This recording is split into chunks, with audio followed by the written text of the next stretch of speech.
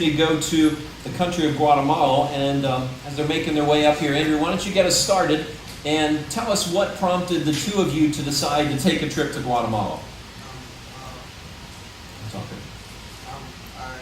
We've gone twice before with our families before, but like the song said, we felt called to go and we just wanted to follow Christ. So your families had gone to visit the country two other times, and you guys said, God kind of gave you a tug and said, okay, now it's your turn. Okay. So Jessi, you were a little disoriented getting off the plane, and tell us what happened there, Andrew. Well, when we first got off the plane, it was really hot, and Jessi had to go to the bathroom pretty bad. And she walked right into the guy's bathroom. And this little kid's just standing there, he's like, oh, bro. No, I guess. All right, Jessi, your turn. Do you have any stories you want to tell on Andrew? So we'll save them for later.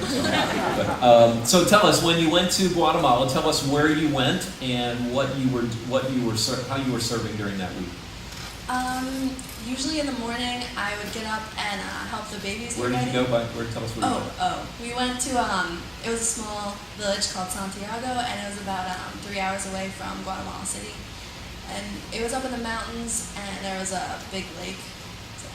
And you were working where? At an orphanage? Right? Yeah, we lived at the orphanage. Okay. And then tell us, now what did you do at the orphanage during the week? Yeah, so I was with the toddlers. They were about 1 to 2, and there were 9 of them. So every morning I would get them ready, and then I would watch them for a couple hours till lunchtime. So that was a lot of potty training and diaper changing and just fun stuff like that. So is it like corralling a herd with 9 toddlers? They must run everywhere, right? Yeah, All the time. it really was. Okay. Andrew, tell us a little bit, where did these children come from that were there in the orphanage? A lot of them, they came from the courthouse that is not far from them, but some of them are just like dropped off by their parents. I know the one, parents actually just still visit them, but can't take care of them. So why are there so many orphanages in the country of Guatemala? Well, there's no adoptions allowed. Outside the country, you have to adopt inside of Guatemala. And that's pretty much not happening, right? Yeah. So these kids are really orphans for life till they get old enough to be on their own. Andrew, tell us a little bit, what did you do while you were there? I helped Dave, the dad there, and I did lots of things like... You make faces and pictures? Yeah. I built a chicken coop, and I cleaned out the pool. I had to feed the goats every day, which is not like you just get the feed and give it to them. You had to go actually get the food, which is like chop down bamboo, and that was pretty fun. I also made concrete, which is nothing like in America. You just pretty much start from scratch. It was pretty interesting. And you did all this for free? Yep. All day long? Okay. There's your chicken coop. There's Andrew's chicken coop that he built. So, tell us a little bit about the bull that's going to come up on the screen here. So.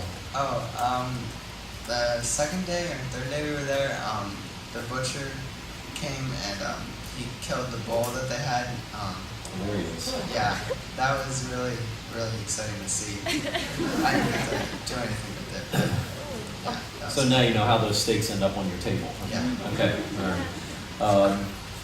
So obviously you guys had a lot of experience. A lot of the pictures are of the kids and the bull. Andrew wanted lots of pictures of the bull. So,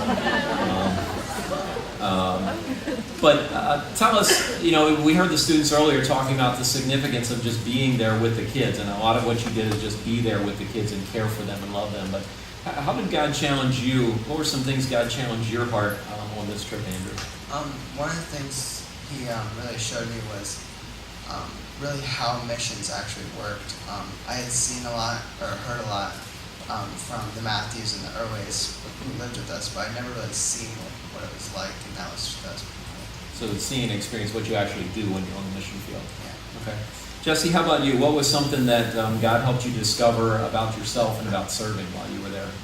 I think it just really helped me to remember that life isn't really about me and the things I need to do for myself, but what I can do for others and to help meet their needs. And it was really cool to finally get to serve and do things because I wanted to do them, not because I was supposed to do them.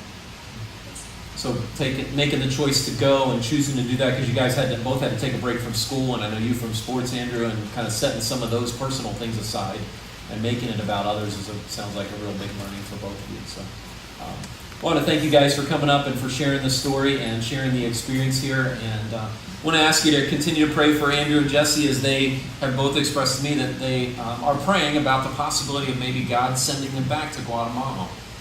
You heard Andrew mention the Irways, John and Tammy, who were with us for about 6 months, and they went on a mission trip when they were in high school, and 14 years later, God brought them back to the country that they had gone and visited. So we don't know if that's in God's future for them, but we would ask you to continue to pray for them and encourage them, and if you need help butchering a bull, just come find Andrew. So thanks, guys.